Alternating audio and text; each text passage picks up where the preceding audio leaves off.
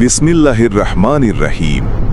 আজ আমরা আপনাদের নিয়ে ঘুরছি মক্কা শহরের পবিত্র হারামের আশেপাশের সেই অনন্য পরিবেশে, যেখানে প্রতিটি দৃষ্টিতে আছে প্রশান্তি, প্রতিটি নিঃশ্বাসে আছে রাহমতের স্রোত।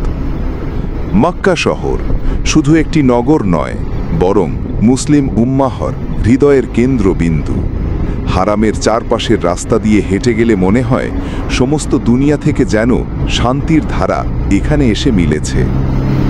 পথের ধারে দাঁড়ালে চোখে পড়ে নানা দেশের মানুষ, কারো ঠোঁটে দোয়া, কারো হাতে তাসবিহ, আর কারো চোখ ভিজে ওঠে কাবার দিকে তাকিয়ে। বাতাসে ভেসে আসে এক অপার্থিব শান্তি। মক্কার আশেপাশের রাস্তা শুধু আধুনিকতার ছোঁয়া নয়, এখানে আছে ইতিহাসের গন্ধ। আর সেই ইতিহাসের ছায়া মেলে ধরে যখন ঘোড়াগাড়ির টকটক শব্দ বাতাসে প্রতিধ্বনিত হয়। মনে হয় শত শত বছর আগের কোনো স্মৃতি যেন ফিরে এসেছে আজ। রাতের মক্কা এক ভিন্ন রূপ।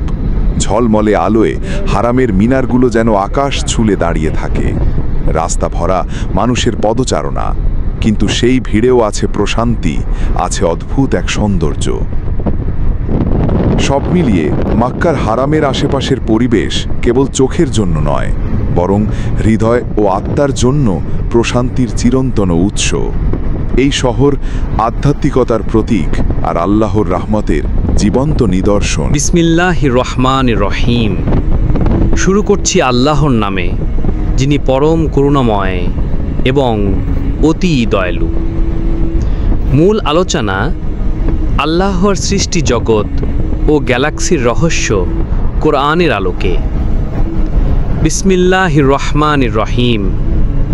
আলহামদুলিল্লাহ, অসংখ্য শুকরিয়া মহান রব্বুল আলামিন আল্লাহ তাআলার, যিনি সমগ্র জাহান, আসমান জমিন, পাহাড় পর্বত, সমুদ্র নদী, সূর্য চন্দ্র ও অসংখ্য নক্ষত্র সৃষ্টি করেছেন। দরুদ ও সালাম প্রিয় নবী হযরত মুহাম্মদ সাল্লাল্লাহু আলাইহি ওয়াসাল্লামের উপর। মহান আল্লাহ তাআলা কোরআনে কারিমে বলেন, তোমরা কি দেখো না আল্লাহ 7 আসমান স্তরে স্তরে সৃষ্টি করেছেন এবং তাদের মাঝে চন্দ্রকে আলো করেছেন ও সূর্যকে প্রদীপ করেছেন। আবার আল্লাহ বলেন, নিশ্চয়ই আসমানসমূহ ও জমিন সৃষ্টিতে মানুষের সৃষ্টির চেয়ে অনেক বড়।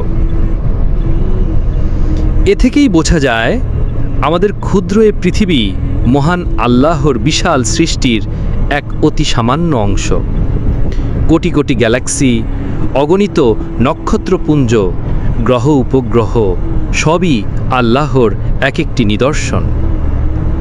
রাসূলুল্লাহ সাল্লাল্লাহু আলাইহি ওয়াসাল্লাম বলেন, আল্লাহর আরশ এত বড় যে আসমান ও জমিন তার তুলনায় মরুভূমির মাঝে একটি আংটির মতো। আমাদের ঈমান মজবুত করুন এবং দুনিয়া আখিরাতে জান্নাতুল ফিরদাউস নাসিব করুন। আমিন।